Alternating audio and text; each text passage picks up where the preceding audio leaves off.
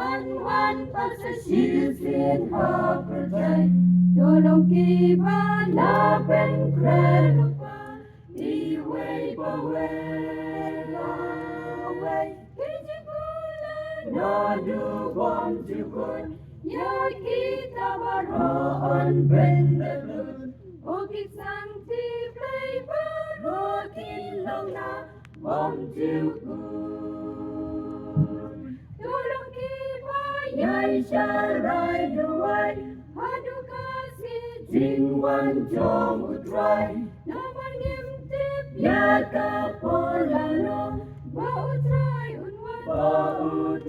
unwan, oya baro kibanget hau, unong tawat bigi blageru, jiunam kin yoban shori kalpatu. Ukat no skel shel kay da shisha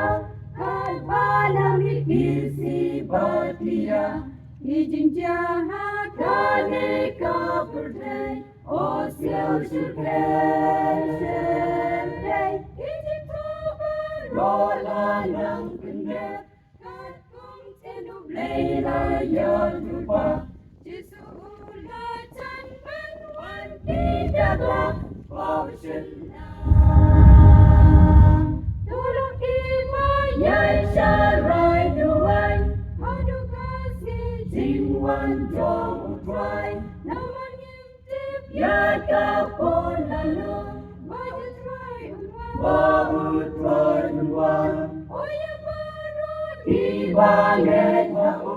Unong tawat piki plagetu Jiunam kin yoban shari kalpatu Kajing im jong di padlong kumno Tu ay gindaya perkasua Yo haba unwan ken bibenta Nin shuleng aleng